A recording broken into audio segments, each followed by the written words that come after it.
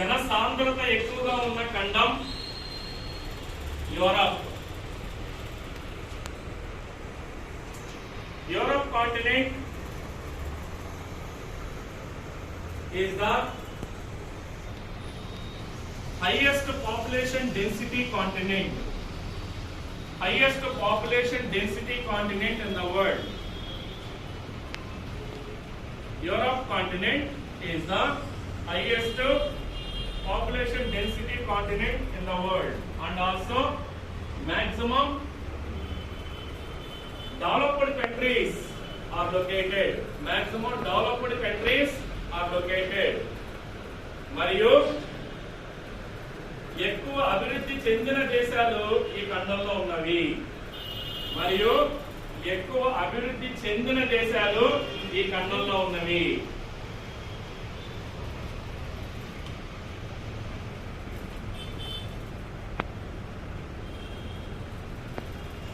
పారిశ్రామిక విప్లవం ప్రారంభమైన దేశం ఇంగ్లాండ్.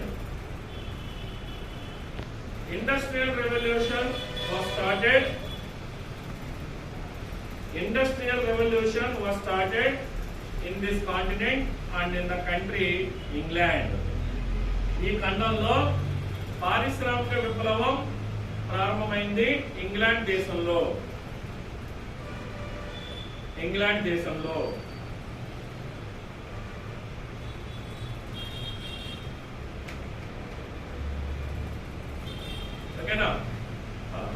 ప్రపంచంలో వైశాల్యంలో అతి చిన్న దేశం, the smallest country in area wise.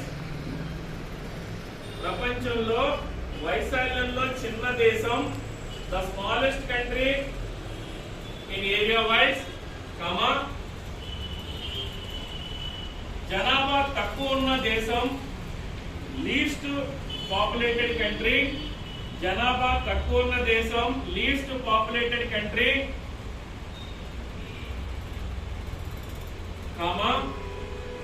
ఒక దేశంలో దేశానికి ఉదాహరణ, and an example for a country in a country. Example for a country in a country,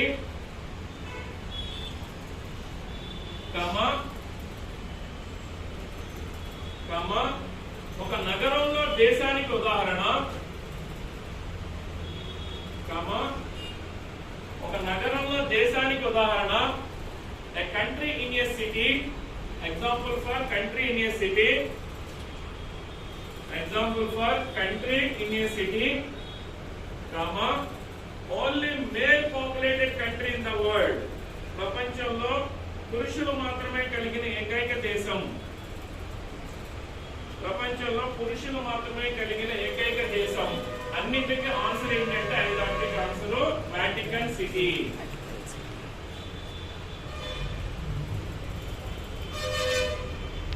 Vatican city.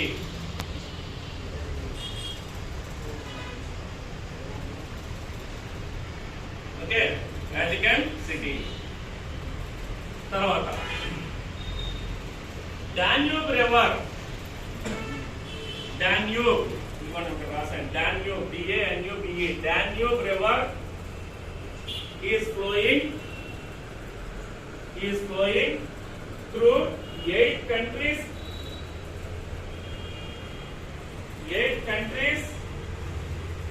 in Europe continent. Danube అనే నది యూరప్ ఖండంలో 8 దేశాల గుండా ప్రవహిస్తున్నది. ఐఎంపీ పెట్టుకుని కామర్స్ లో పెట్టుకోండి. So it is called as international river. International river కనుక దీనిని అంతర్జాతీయ నది అని పిలుస్తారు. అంతర్జాతీయ నది అని పిలుస్తారు. అంతర్జాతీయ నది అని పిలుస్తారు.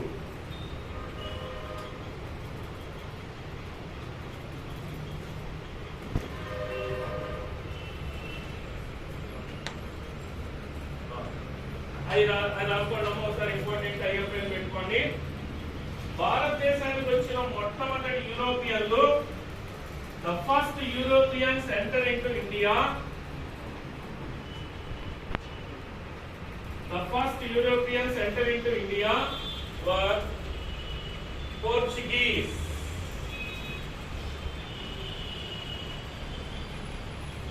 భారతదేశానికి వచ్చిన తొలి ఐరోపా వారు పోర్చుగీస్ వారు. అనగా పోర్చుగల్ దేశానికి చెందిన ప్రజలు. పోర్చుగల్ దేశానికి చెందిన ప్రజల్ని పోర్చుగీస్ అని అంటారు. It means the people who belongs to Portugal country are called as Portuguese. I am going to mention Portugal capital Lisbon. Portugal capital Lisbon. నేను చెప్పాను కదా, ఏదైనా ఒక పెట్టుకోవాలి అంటే, ఇంపార్టెంట్ బిట్ గుర్తుపెట్టుకోవాలి అంటే డైరెక్ట్ గా దాని క్యాపిటల్ దానికి గుర్తుపెట్టుకుని మనకి గుర్తుండదు. దానికి ఒక ఇంపార్టెంట్ టచ్ చేయండి అని చెప్పాను నీకు, గుర్తుందా? దాన్ని ఒక ఇంపార్టెంట్ కనెక్ట్ చేసుకుని అన్నాను. ఓకేనా? ఇప్పుడు చూడండి, యుఎన్ఓ ఉంది కదా, ఐక్యరాజ్య సమితి అంటాం. ఐక్యరాజ్య సమితి హెడ్ క్వార్టర్ ఎక్కడ ఉందండి? ఐక్యరాజ్య సమితి head quarter, UNO head quarter New York అమ్మా. ఐక్యరాజ్య సమితి న్యూయార్క్ లో ఉంది. న్యూయార్క్ లో 1945 అక్టోబర్ 24న దీన్ని స్టార్ట్ చేశారండి. సెకండ్ వరల్డ్ వార్ అయిపోయిన తర్వాత మళ్ళీ మూడో వరల్డ్ వార్ రాకుండా ఇది గుటెరస్ ఈ ఆంటోనియో గుటెరస్ అనే అతను, ఆంటోనియో గుటెరస్ అనే అతను ఒకప్పుడు farmer prime minister of Portugal. Portugal కి ఇంతకుముందు మాజీ ప్రధాని, ఇప్పుడు ఐక్యరాజ్య సమితి సెక్రటరీ జనరల్ గా ఉన్నాడండి. ఇక్కడ బిట్టు మీకు 4 వస్తాయి మీకు. ఒకటి ఏంటంటే, what is the capital of Portugal? Lisbon. Okay. అలాగే ప్రస్తుతం ఐక్యరాజ్య సమితి సెక్రటరీ జనరల్ ఎవరు అంటే ఆంటోనియో గుటెరస్. ఇతను ఏ దేశానికి చెందినవాడు అని అడిగితే పోర్చుగీస్. అది పోర్చుగల్. ఆంటోనియో గుటెరస్ పెట్టుకున్నామా. ఈ ప్రెసెంట్ యుఎన్ఓ సెక్రటరీ. రాసుకున్నామా. The present UNO secretary general Antonio Guterres. ప్రస్తుతం ఐక్యరాజ్య సమితి సెక్రటరీ జనరల్ గా ఉన్న, ఐఎంఎన్ పెట్టుకోండి అక్కడ. ప్రస్తుతం ఐక్యరాజ్య సమితి సెక్రటరీ జనరల్ గా ఉన్న Antonio Guterres. Antonio Guterres Portugal దేశానికి మాజీ ప్రధాని. The present UNO Secretary General Antonio Guterres was the former Prime Minister of Portugal. Former Prime Minister of Portugal. Next అమ్మ, రెండవ ఐరోపా వారు మన ఇండియాకి వచ్చిన రెండో యూరోపియన్స్ డచ్ వారు. డచ్ అంటే చెప్పాను, డచ్ అనేది ఒక దేశం లేదండి. ఏ దేశానికి చెందిన వారిని డచ్ అంటారంటే ప్రస్తుతం నెదర్లాండ్. ప్రస్తుతం ఏంటంటే నెదర్లాండ్ దేశానికి చెందిన వారిని డచ్ పీపుల్ అంటారు. ఓకే. నెదర్లాండ్ యొక్క క్యాపిటల్ ఆమ్స్టర్డామ్.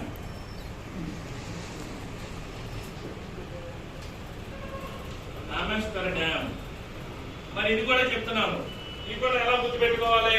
ఇంకో ఇంపార్టెంట్ దానికి కనెక్ట్ చేసుకోండి. ఐక్యరాజ్య సమితికి సంబంధించిన మొత్తం 6 ప్రధాన అంగాలు ఉన్నాయండి.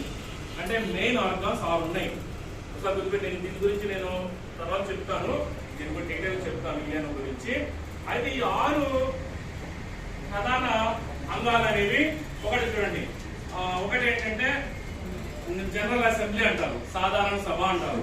రెండోది ఏంటంటే సెక్యూరిటీ కౌన్సిల్ అంటారు, అంటే ఏంటంటే భద్రతా మండలి అంటారు.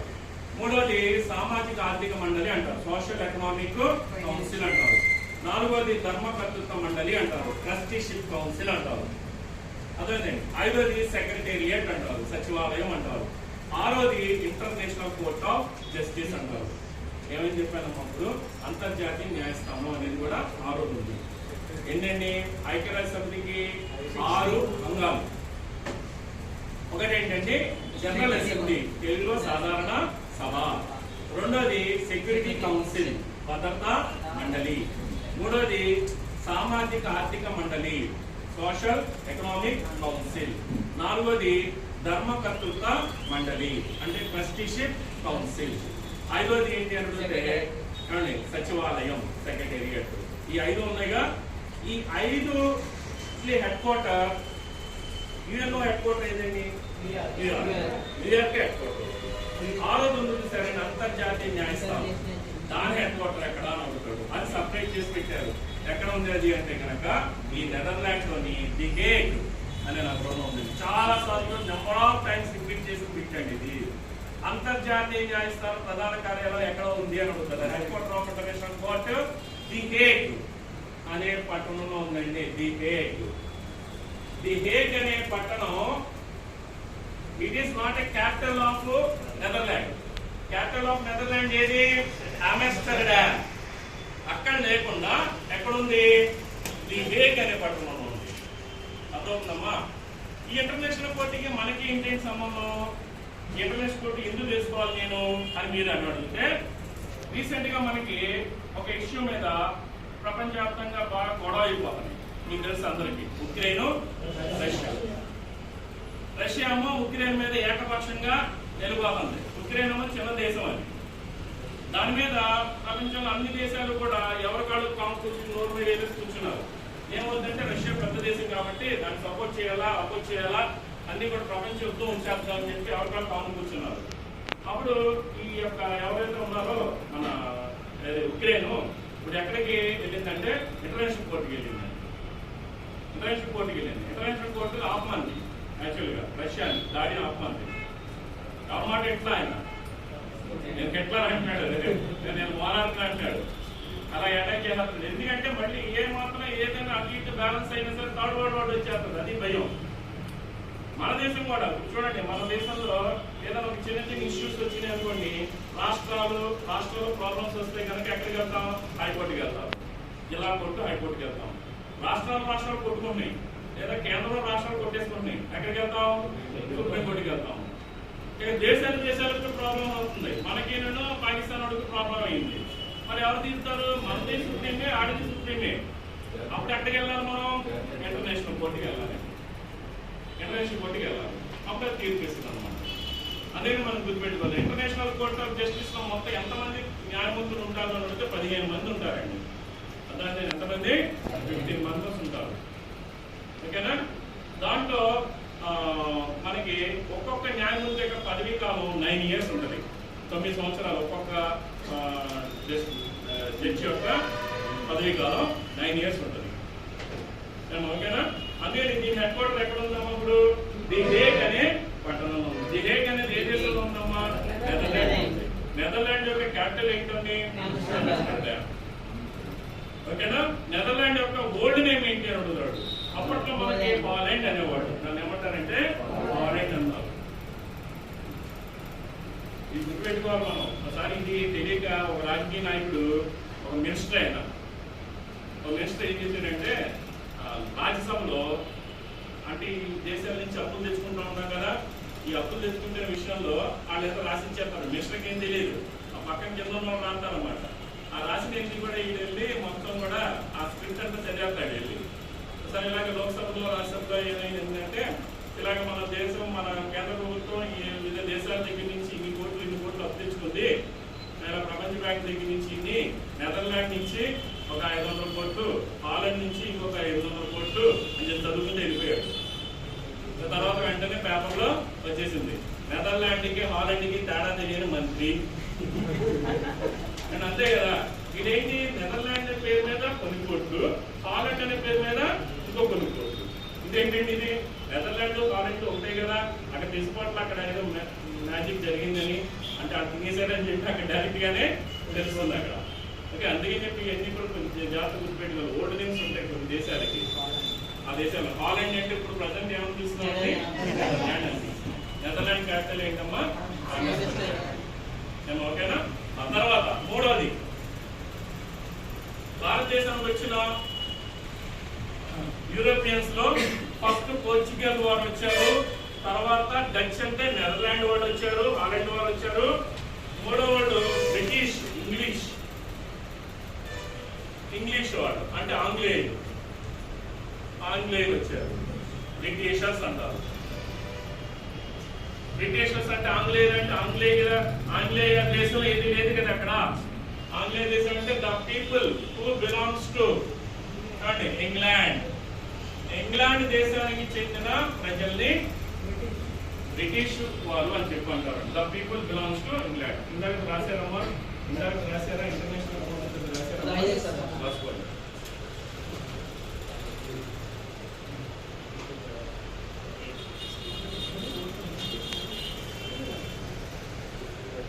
ఆమ్స్టర్డామ్ రాశారా? Netherland capital Amsterdam. భారతదేశానికి వచ్చిన రెండవ యూరోపియన్స్ వారు, the second Europeans enter into India were Dutch people. భారతదేశానికి వచ్చిన రెండవ ఐరోపా వారు డచ్ వారు. The people who belongs to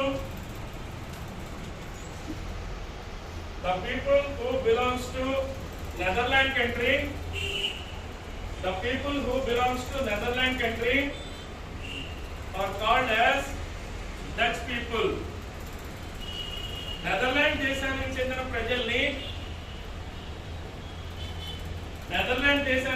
ప్రజల్ని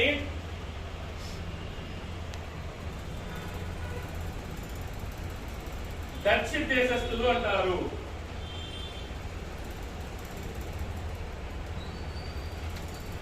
The capital of నెదర్లాండ్ దేశ యొక్క రాజధాని Amsterdam. The capital of Netherlands Amsterdam.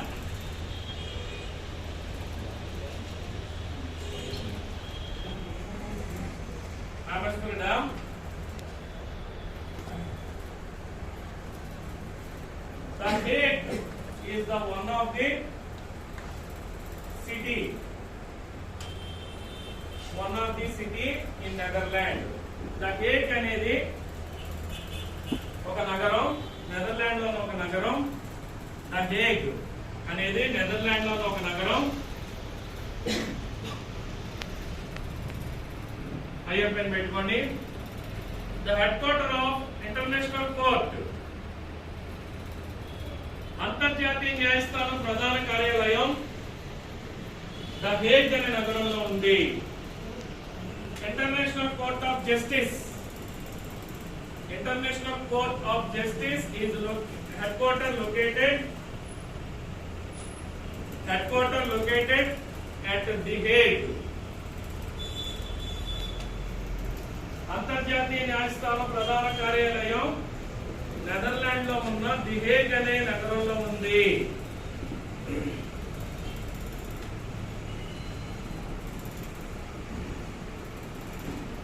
Netherland యొక్క పాత పేరు హాలండ్.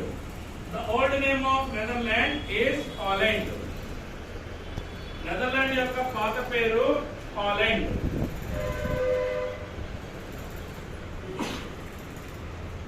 ఓకేనమ్మా. మూడోది రాసుకోండి. బ్రిటిష్ వారు, the people belongs to England are called Britishers. England దేశానికి చెందిన ప్రజల్ని ఆంగ్లేయులు అని అంటారు. The people belongs to England called as Britishers.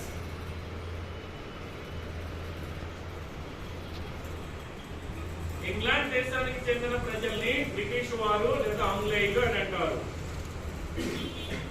చెప్పండి ఇక్కడ ద క్యాపిటల్ ఆఫ్ ఇంగ్లాండ్. ఇక్కడ చూసుకోండి, ఎన్ని మీకు కనెక్టివిటీగా ఇస్తున్నానండి. మీకు ఇది గుర్తుపెట్టుకోవచ్చు చక్కగా.